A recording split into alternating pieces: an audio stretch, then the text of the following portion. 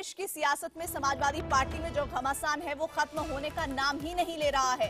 सुलह समझौते की गुंजाइशें दिख ही नहीं रही हैं। सूत्रों की माने तो अखिलेश राष्ट्रीय अध्यक्ष पद 3 महीने तक अपने पास रखना चाहते हैं, जबकि मुलायम का कहना है कि राष्ट्रीय अध्यक्ष वही रहेंगे। मुलायम को पहले शिवपाल और अमर सिंह ने मनाने की कोशिश की, लेकिन बात नहीं बनती दिखी। आजम खान ने भी मनाने की कोशिश की, लेकिन मुलायम अभी तक नहीं माने हैं। सूत्रों की माने तो अखिलेश के आगे शिवपाल और अमर ने भी सरेंडर का संकेत दे दिया है। शिवपाल ने प्रदेश अध्यक्ष पद पर अपनी दावेदारी छोड़ दी और अमर पार्टी के सभी पदों से इस्तीफा देने के लिए तैयार हैं। उसके बावजूद सुलह की कोशिशें फेल होती हुई नजर आ रही है। इधर दिल्ली में रामगोपाल यादव कल चुनाव आयोग को विधायकों और नेताओं के समर्थन में हलफनामा सौंप सकते हैं।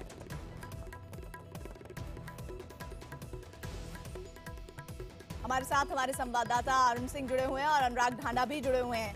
अरुण, लगातार इस बात की तस्दीक होती है कि पिता पुत्र में सुलह हो, लेकिन अचानक से अगला ही बयान ऐसा सामने आ जाता है कि सुलह समझौते की गुंजाइश ही खत्म सी लगती है। ऐसे में क्या स्थिति अभी है? देखिए, फिलहाल की स्थिति यह है कि मुलायम सिंह यादव को तय करना है कि अखिलेश यादव की जो मांगे हैं 4, उनमें से 3 मांगे उन्होंने मान ली है। एक ही मांग ऐसी है जिस पर उनको दिक्कत है, और वो मांग है कि राष्ट्रीय अध्यक्ष उनको अखिलेश यादव को राष्ट्रीय अध्यक्ष का पद सौंप दिया जाए। जो उस दिन 4 प्रस्ताव पास हुए थे 1 जनवरी को, जो विशेष अधिवेशन बुलाया गया था प्रोफेसर रामगोपाल यादव द्वारा, उसमें 4 बातें थी। उनमें से 3 लगभग मुलायम सिंह ने मान ली है। खुद अमर सिंह ने उस मीटिंग में पेशकश की थी कि वो सारे पदों को छोड़ देंगे। शिवपाल यादव ने पेशकश कर दी कि वो अध्यक्ष पद छोड़ देंगे। नेताजी को यानी मुलायम सिंह को तय करना है कि राष्ट्रीय अध्यक्ष का पद उनके लिए बड़ा है या बेटा बड़ा है।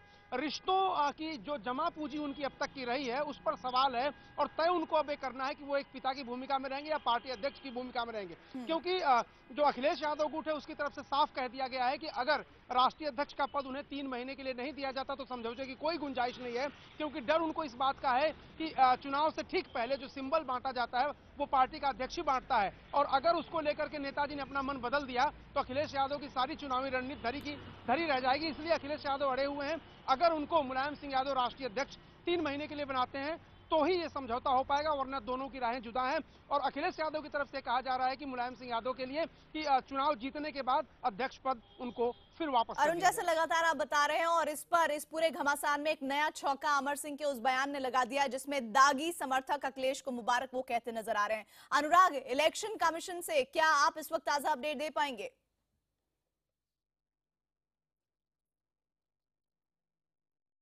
देखिए, बिल्कुल इलेक्शन कमीशन की तरफ से तो 9 तारीख तक का समय दिया गया है कि अपने पक्ष में जो भी डॉक्यूमेंट्स पेश करना चाहें, जो भी एफिडेविट पेश करना चाहें, वो दोनों गुट दे सकते हैं।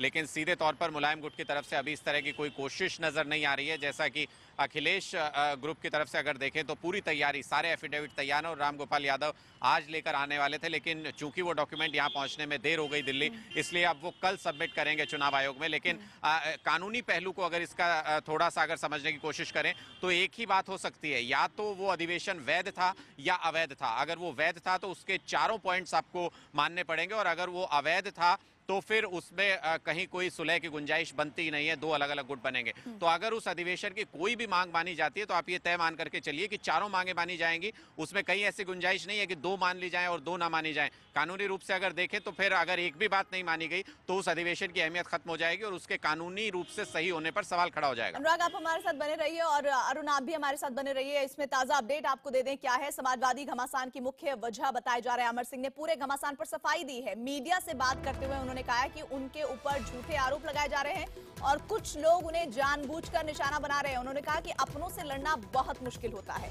अमर सिंह ने कहा कि वो अखिलेश के रास्ते में रुकावट नहीं बनना चाहते हैं। अमर ने इस दौरान एक बार फिर से दोहराई है जो बात, वो ये कि मुलायम अब भी सबसे ऊपर है।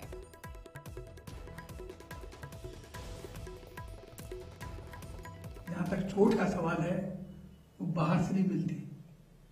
बाहर के व्यक्तियों से हम लोग बड़े पराक्रम से लड़ सकते हैं, अपनों से लड़ना बहुत मुश्किल है। वो कहते हैं ना, होगा मसीहा सामने तेरे फिर भी ना तू बच पाएगा, तेरा अपना खून ही तुझको आखिर आग लगाएगा, आसमान में उड़ने वाले मिट्टी में मिल जाएगा।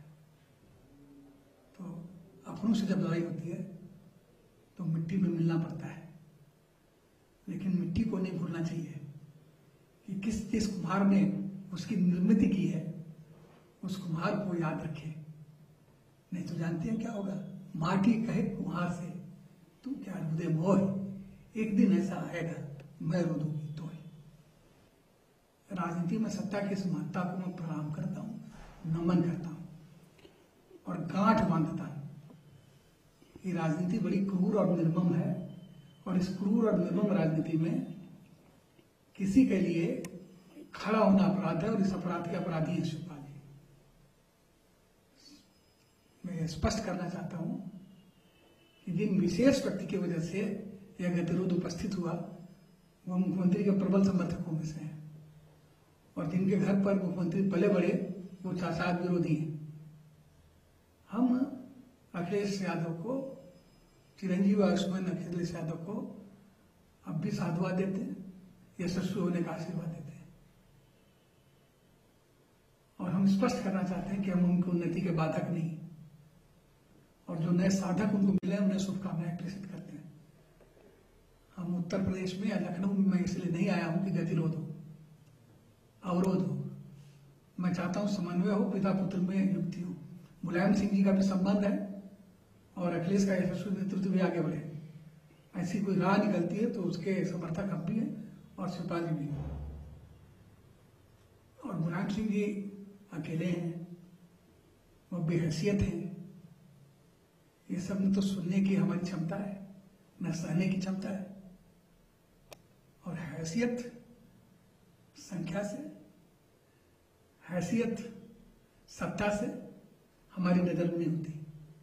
हैसियत आदमी के अपने व्यक्तित्व और कृतित्व से होती है और हैसियत कोई अमावस्या और पूर्णमासी का चांद नहीं है जो कभी पुंजित हो और कभी एकदम स्याह अंधेरा जिसमें आ जाए।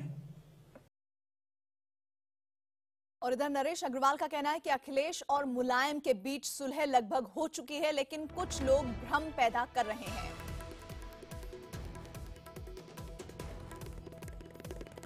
ये समाधान तो निकला हुआ है, कुछ लोग कंफ्यूजन पैदा कर रहे हैं। सारे लोगों ने अखिलेश को राष्ट्रीय अध्यक्ष चुन लिया है और असली समाजवादी पार्टी अखिलेश के नेतृत्व की समाजवादी पार्टी है। हम लोगों ने इलेक्शन कमीशन में सारे एफिडेविट भी एमएलए, एमपी, जिला अध्यक्ष के और एमएलसीज के दाखिल कर दिए हैं।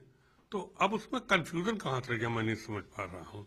अब तो वो लोग कंफ्यूजन पैदा कर रहे हैं जो कहीं बाहर हैं हमसे और वो तड़प रहे हैं कि हमारा क्या होगा। हम अपनी हैसियत के लोगों के खिलाफ बयान देते हैं, हम इधर उधर के लोगों पे बयान नहीं देते। मुझे जब राजनीति में आया था बहुत से लोग राजनीति का कच्चा पहने घूम रहे थे। अब मैं उन पे बयान देता घूमूं तो क्या फायदा हुआ, मैं उन पर कोई कमेंट नहीं करूँ। अरुण, नरेश अग्रवाल का आपने बयान सुना जो कह रहे हैं कि सुलह हो गई है और जो बाकी बातें आ रही हैं वो भ्रम की स्थिति पैदा कर रही हैं, लेकिन क्या वाकई सुलह हो चुकी है या अभी जो अमर कांटा है वो बना हुआ है?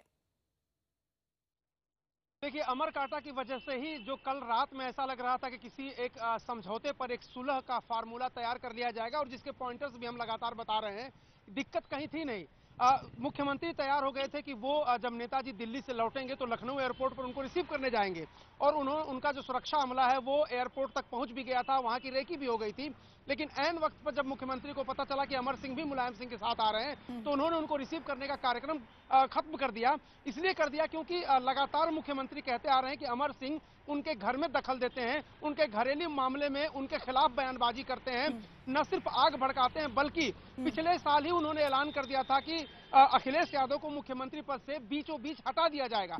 इस तरह की बातें वो कहते रहते हैं। उन्होंने बाकायदा आरोप लगाया अमर सिंह पर कि जब उनको अध्यक्ष पद से हटाया जा रहा था तो टाइपराइटर उन्होंने अपने दफ्तर से मंगवाया था। तो इस तरह की तलखी अमर सिंह को लेकर के है। वो अमर सिंह जिनसे मिले बिना अखिलेश कभी किसी जमाने में नहीं रह पाते थे, लेकिन बीच में संबंध इतने खराब हुए क्योंकि उनको ऐसा लगता है और पार्टी के तमाम लोगों को ऐसा लगता है कि अमर सिंह की एंट्री ने समाजवादी पार्टी में पूरी तरह से गुंजाइश ऐसी पैदा कर दी कि पार्टी टूटने के कगार पे चली गई। जी। उनको लगता है कि अमर सिंह की वजह से ही मुलायम सिंह यादव और उनके बीच दूरी बढ़ गई। तो फार्मूला भले ही तैयार था, लेकिन अभी तक जितनी भी बातें आ रही हैं वो वाकई में उत्तर प्रदेश की जनता के बीच, राज्यों के बीच और यूं कहें कि लगातार जो समर्थक हैं उनके बीच एक भ्रम की स्थिति तो बनी ही हुई है। अनुराग, क्या इलेक्शन कमीशन भी किसी तरह की दुविधा में है कि वो जो अधिवेशन बुलाया गया था वो वैध था या नहीं था, चुनाव चिन्ह सीज होगा नहीं होगा, इन तमाम बातों को किस आधार के तहत देख रहा है चुनाव आयोग? देखिए, इलेक्शन कमीशन तो सीधे तौर पर बहुमत के साथ जाएगा। ज्यादातर डेलीगेट्स पार्टी के किसके साथ हैं, ज्यादातर विधायक किसके साथ हैं, ज्यादातर सांसद किसके साथ हैं, इस बात का प्रूफ देखेगा और उसके बेसिस पर अपना फैसला देगा।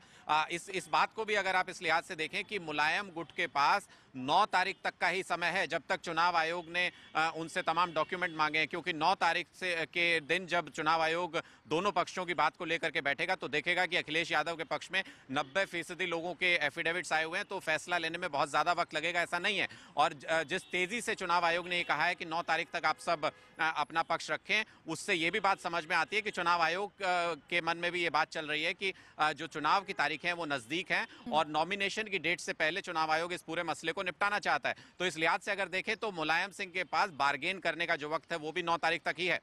तो यानी कि कुल मिलाकर ये जो आने वाले 3 दिन है ये बहुत महत्वपूर्ण होने जा रहे हैं। आप दोनों का बहुत बहुत शुक्रिया हमारे साथ जुड़ने। खबर खेल जगत से, इंग्लैंड के खिलाफ वनडे और T20 टीम का ऐलान हो गया है। धोनी के कप्तानी छोड़ने के बाद अब वनडे और T20 की कमान विराट कोहली को दी गई है। वनडे टीम में युवराज सिंह की वापसी हो गई है।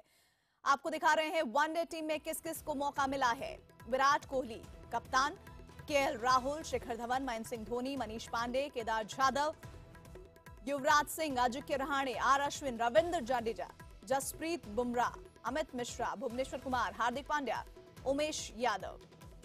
इंग्लैंड के खिलाफ वनडे टीम की रूपरेखा कैसी होगी, इस वक्त न्यूज 18 इंडिया की स्क्रीन पर आप देख रहे हैं। वहीं विराट कोहली को टीम की कमान दिए जाने पर पूर्व क्रिकेटर मदन लाल ने उनकी तारीफ की।